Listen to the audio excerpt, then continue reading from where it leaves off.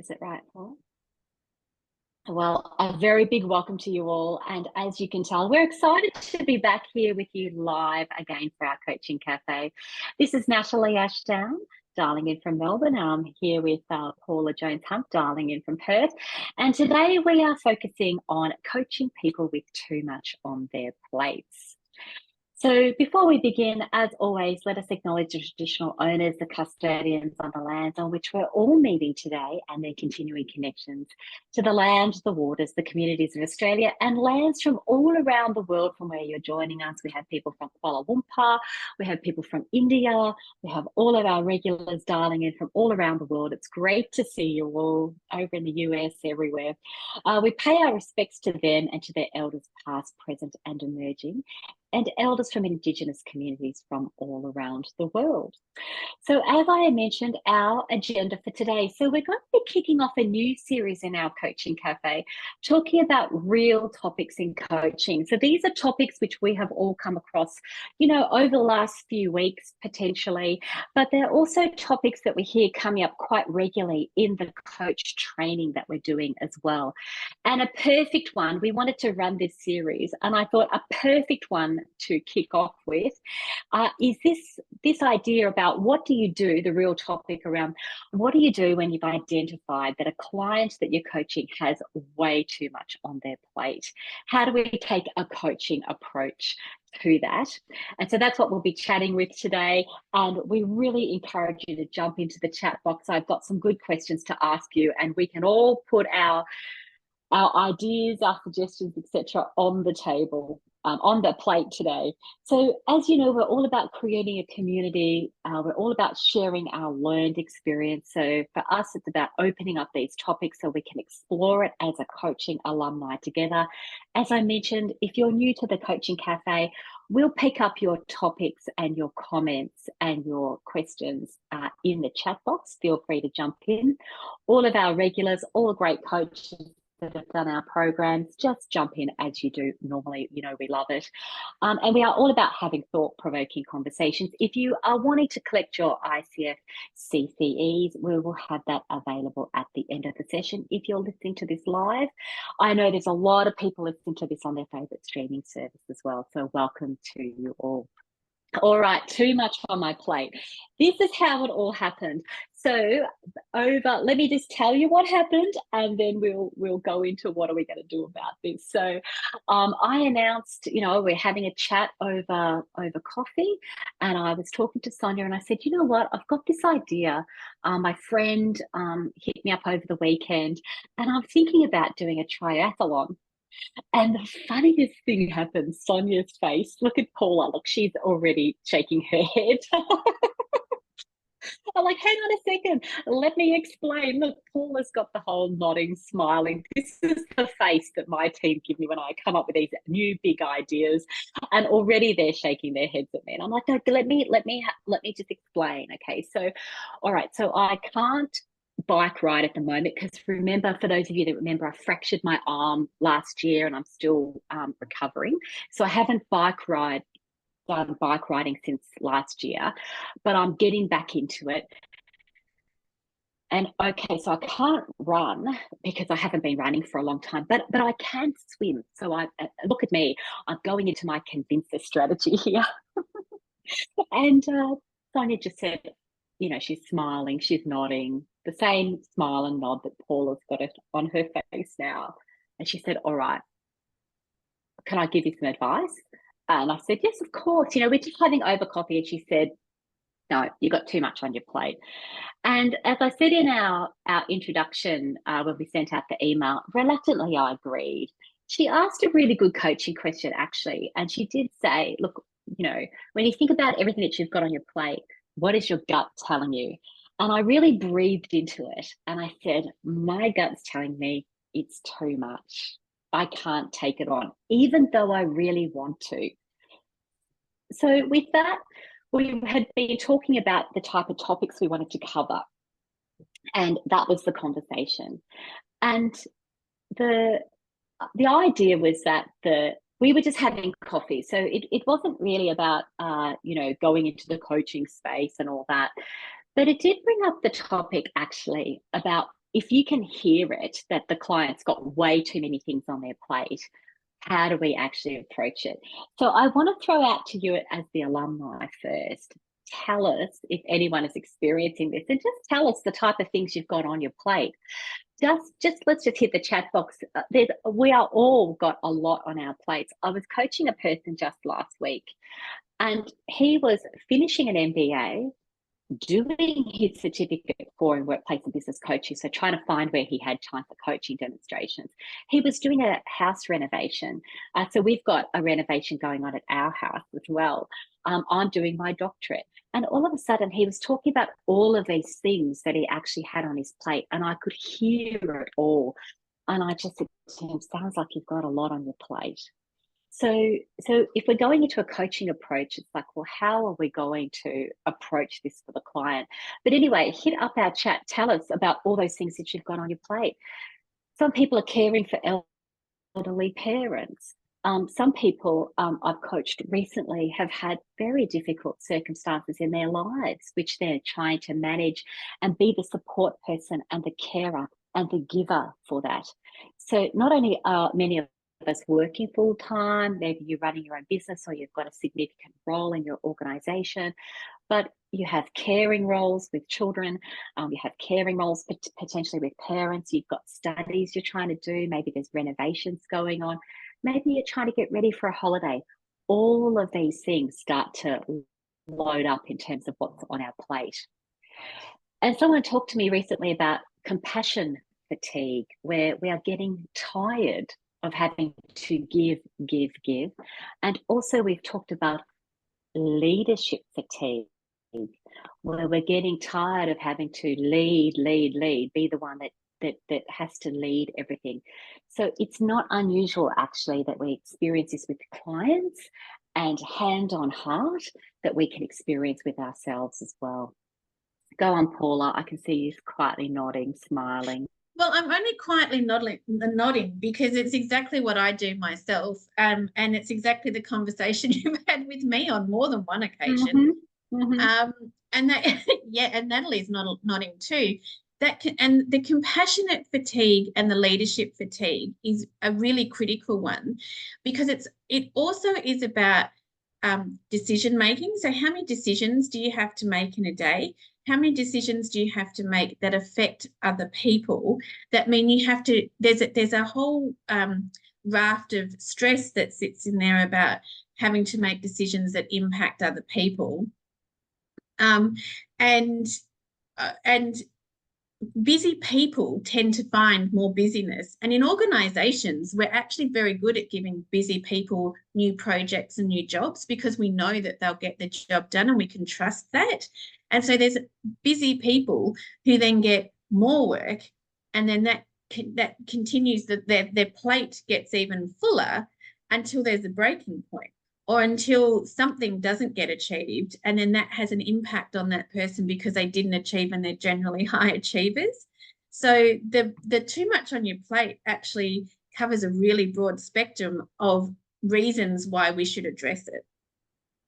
Yeah, thank you. And a very, very good point you make there, actually. Quite often, if there's a lot on our plate, we are making a lot of decisions. So that might be at work, in our work, and at home as well. If we're leaders of our family and we're making lots of decisions at home. And you will hear this with your clients. You will hear yesterday I was coaching and the person described it as a burden. It's a real burden to have to be responsible for the metrics, for the success of the team, for the output of teams, to be that shield between the team and the higher senior managers. So there's a shielding activity going on, there's multiple decisions going on, and that's how it's been described as a real burden, a heaviness. And you can hear it in the people that you're coaching around the workplace, this heaviness. So that's what we really want to talk about, is how do we coach through that? And the first things that come to mind is really to think about so don't forget, we were just having a coffee conversation. It wasn't coaching, it was just, it's like we do as a team. Sometimes we coach each other, sometimes we just express our opinions and carry on and off we go, right? Shaking heads and all that kind of stuff. And that's about being natural and just being ourselves as team members.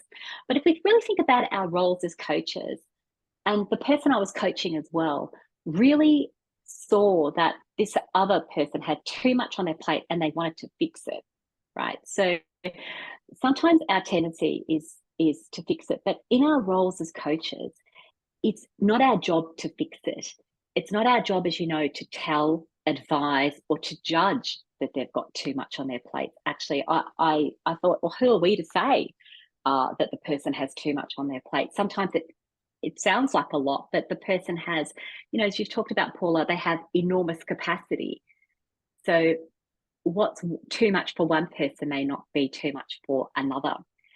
So our role is really to, what I say is hold the space, is to trust the process of coaching and trust the coaching relationship and to really hold the space. And the way I kind of think about it is, it's not my job to jump in there and work out what their priorities are and all that kind of stuff. It's my job to hold the space for them. And what I mean by that, and I've often used this as an analogy, it's allowing space for the conversation, for the download, if you like. But I see things as buckets, as big buckets. And I see that there's a bucket here and a bucket there. So there's a bucket with your coaching, there's a bucket with the family, and there's a bucket with the education you're doing, and there's a bucket with your exercise. So I see things, everything they're sharing, kind of falling into these buckets. And it's my role as a coach just to hold that space and let the buckets be there and let them pour into the buckets. And you'll see, you'll even hear that some of those buckets are overloading as well. And there's a coaching recording which I did recently, which I hope I'll be able to share with you, where that was kind of the approach: just hold the space and allow the person to pour. And actually, when I was doing that with a client, they were saying, oh, those buckets are overflowing. Because I said, oh, it sounds like there's buckets, you know, and you're pouring a lot into each of those buckets. And he actually said the buckets are overflowing. So you can see how if you create a metaphor of some sort, it allows the person to actually see what's happening, and then we can take it from there. And that's the kind of first part of holding the space and trusting the process. So keen to hear your thoughts on that, Paula. And I think when we don't jump in and advise and tell and judge, it actually is the first step to clearing and helping the person. And keen to hear if anyone wants to jump into the chat, what your thoughts about that are as well. Yeah, I think that until someone realizes it for themselves, even if you tell them, they probably will say, oh, no, I'm all right. I've got lots of capacity. Yeah. Which I won't lie, I say that myself all the time. And then when you do have that beautiful space and the right question is asked in there, and then you go, oh, you're right, like, I can see that now, or I can hear now that I have, my buckets are very, very full. Or it's that that self-realization that is serious. It is the critical part in this process, because until that person actually says it out loud for themselves or acknowledges it for themselves, even if you tried to fix it, you wouldn't fix it, because they're not ready for that space yet, and it's not our job to do that. But even if you tried, it wouldn't do any good, because that person has to really get in that moment and know it for themselves. That's very true. And when we are all in that very overloaded space, we are often not actually open to hearing it. So because we're just taking it on and we're just being that way, and we've got high capacity and we are high achieving. So I 100% agree with you, Paula. Our role, we've talked about the ICF core competencies, is evoke awareness. We don't necessarily evoke awareness by telling someone straight, you've got too much on your plate. It's not the awareness evoking. They need to realize that for themselves. And I think about our red zone, our orange zone, our green zones. And you know, we use this a lot in all of the work we do. And I'm thinking about, we're hearing this, and what's happening is the person is pushing into the red zone. So they're pushing into overwhelm, burden, heaviness, potentially anxiety. It's high stress, high tension, we can hear people, there's a heightened, you can see it in their body, you can hear it in their communication. There's like a real tension and a real speed at which they're talking as well. They'll use terms like pushing hard and pushing through. So when we're in the red zone, when I'm in the red zone, I am pushing hard and I'm pushing through. I'm just going to push on through. And it's fine for a while until we push too hard and we've gone into the red zone. I talk about overcooking it. We can hear it for ourselves and we can certainly see it in our clients as well. The other thing that you might notice as well is that when we've pushed too hard, we've overcooked it, we go into overwhelm, and then we go into what I call the orange zone. So things start to become a struggle. Things that were originally normally easier when we're in our green zone, in our high performance zone, become harder. We start to lose our motivation. We start to procrastinate. We just can't get on with the things that we need to. And then high achievers, like all of us, will start beating ourselves up. Why can't we? We should be able to. We should be able to. So we start to should all over ourselves. And this is exactly what I heard in a coaching conversation yesterday. So it's what I experienced for myself. And all of this I heard in a coaching conversation yesterday. So the person I was coaching had been going into the red zone and then just says, I just can't see how I can do this. I'm not motivated. I want to do this and I want to focus on that, but I can't. And you really hear the burden and the overwhelm and the struggle. And so I want to share with this with you because we can hear it for ourselves. We want to stay in that green zone to the best of our abilities, but we can see what happens when we push the red zone and we also push into the orange zone as well. I think also too, when you end up in that red zone, it takes just one thing. So one thing cannot go right and it derails everything. Whereas you previously would have been able to manage that or deal with it and work through it. But because you're in that red zone, it's the one thing that tips it over. Absolutely. Our patience gets a bit shorter. We have less compassion. We have less empathy. When I say we, I mean me. My compassion and my empathy levels just start to come off a little bit. I was reading recently about compassion fatigue. It's a space that we can go into where we just can't give anymore. And we're tired of having to be compassionate. We're tired of having to be the ones that have empathy and problem solving and making decisions, etc., etc. So if that happens, we are definitely, for me, in the red zone. So yeah, thank you for sharing that. Okay, so what to do? This is not therapy, it's not counseling, it's a coaching approach. And what we're talking about here is holding the space and allowing the space. And the best thing I think we can lead with, which I led with in the past 2 or 3 coaching conversations I've had with clients, is I can hear there's a lot on your plate. I can hear there's a lot going on. And so we are acknowledging that overwhelm. And I like to kick in a feelings question here too, just to say, so I can hear there's a lot on your plate, acknowledging, and then you go, so how's it feeling? What's it feeling like? Let's just acknowledge the feelings.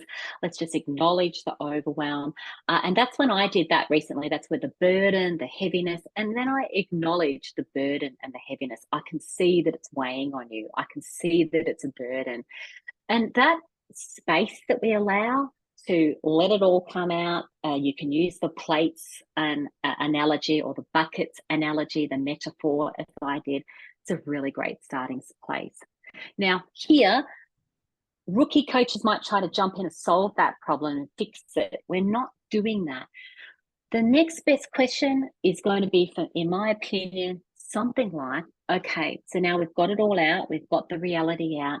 The next best question, in my opinion, is something along the lines of, okay, so given all of that, what would you like to focus on for our conversation today?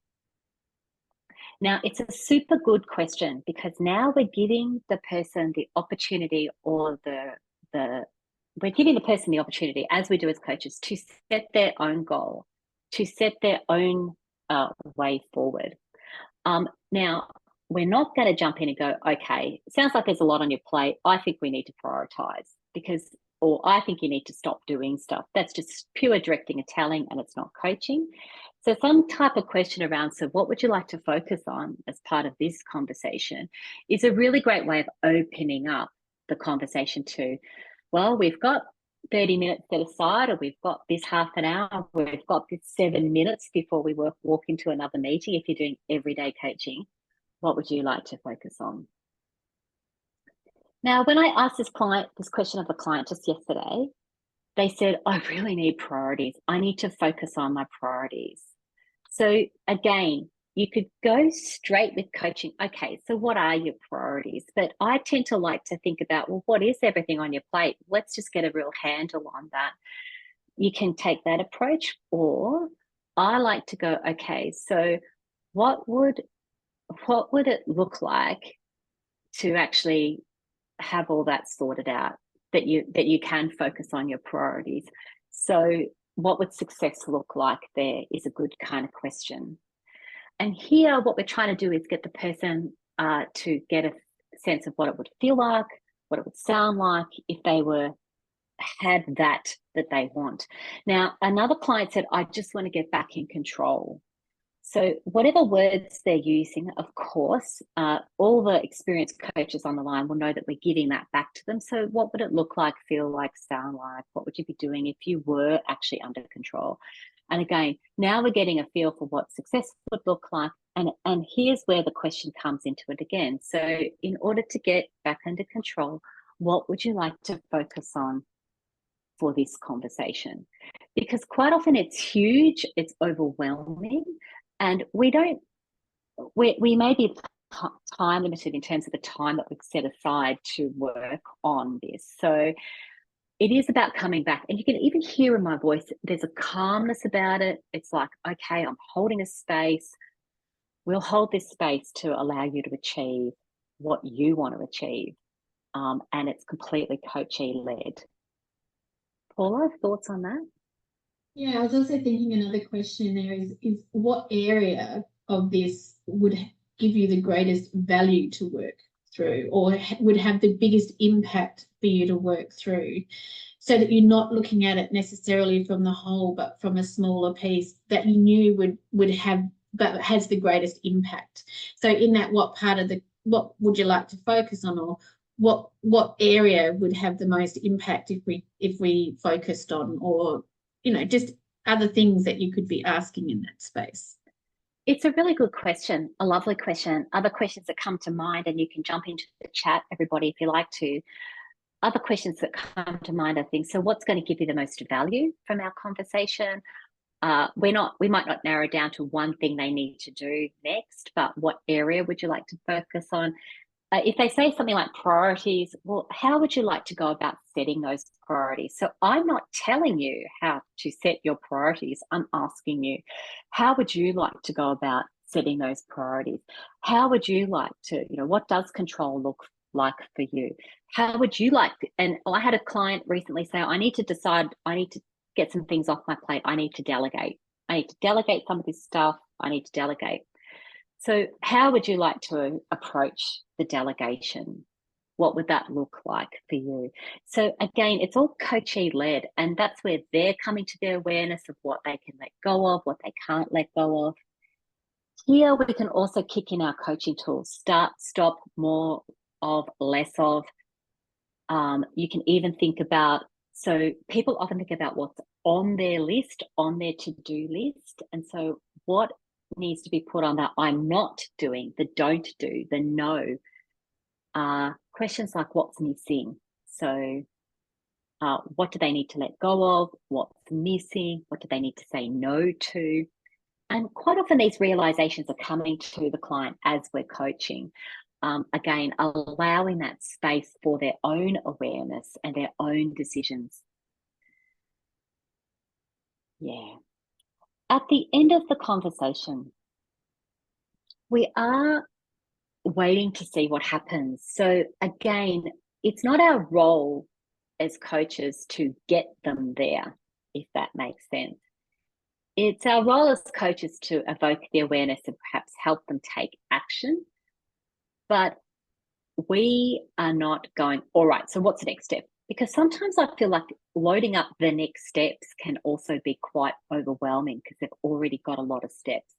So my questions here are more, given everything that we've talked about, what are you learning from this conversation? What are you taking from this conversation? And then you might, and then in the learning and what they're taking from the conversation, so that's where they'll get that awareness as well. The other thing I offered yesterday was, okay, so you started out this conversation with the burden and the overwhelm, and it was just too much. Where are you now? Where are you now? And the person did say, well, I've got much more of a sense of relief. I've got much more of a sense of control, etc., etc. And then it's, okay, so what will you do with that? So you can see here in the coaching that it's about saying, where are you now? You can scale that question if you like on a scale of 1 to 10. Where were you at the beginning? Where do you feel you are now? And given that, how would you like to move forward, or what can you do with that now? And as Rebecca says, looking at evoking that awareness helps them to manage all of their overwhelm. And rather than adding to overflow buckets, so we can keep people accountable there too. Like if they say, I'll do this, this, and this, maybe they sound like they're taking too much on as well. So again, if they're adding to an overflowing bucket, that's going to be even worse, isn't it? So we might say, that sounds like you're adding to that bucket. How are you going with that? The thing that I find people have difficulty with is saying no to things. So they need to come to their own realization that they need to say no. And then what are they saying no to? Go on, Paula. Hopefully we're all feeling a lot calmer, Hazel, been having this conversation. It's a bit of self-coaching going on, isn't it, really? We're talking to ourselves. We're talking to each other. We're talking to the alumni. We're thinking about this in our heads as we say it, because we're talking about this for ourselves. This is exactly the position I was in myself 3 days ago. And we're using this to think about how we coach our clients as well. Go on, Paula. Yeah, I also like to that, particularly with people with a lot on their plate, you're right. The action that they need to take might not be to do more things. It could be that they're doing less things, but it also could be that the the action in itself is the awareness. And that sounds not quite right, but that whole awareness piece is the action that they need to take to listen to themselves to move forward. Yes, I 100% agree with you. And that's a very important distinction. So rookie coaches will get them to take action. But as Rebecca has pointed out, she loves that taking action could actually add to their overflowing bucket. So actually the result of the coaching session is a more of a feeling, a sense, could be something like that. Or it could be whatever however they want to move forward with. Yesterday, the client the action was, I need to breathe after this coaching session. I need to journal. I need to carve some time for myself. And then after that, I will get a better sense of what I need to do. So yes, she's taking actions, but it's more about breathing, centering, coming back to myself, giving myself a bit of space, and then I can work it out, so to speak. Yeah. Well, there you go. This is where we're going with our conversations over the next few weeks, talking about these real life topics. You can guarantee it's either going on for yourself or us, or these are actual real topics that people are bringing up in conversations like just yesterday. So we're not alone with this overwhelm and a lot on our plates. We are all high achievers. We're all pushing and striving to achieve our goals, as are your clients.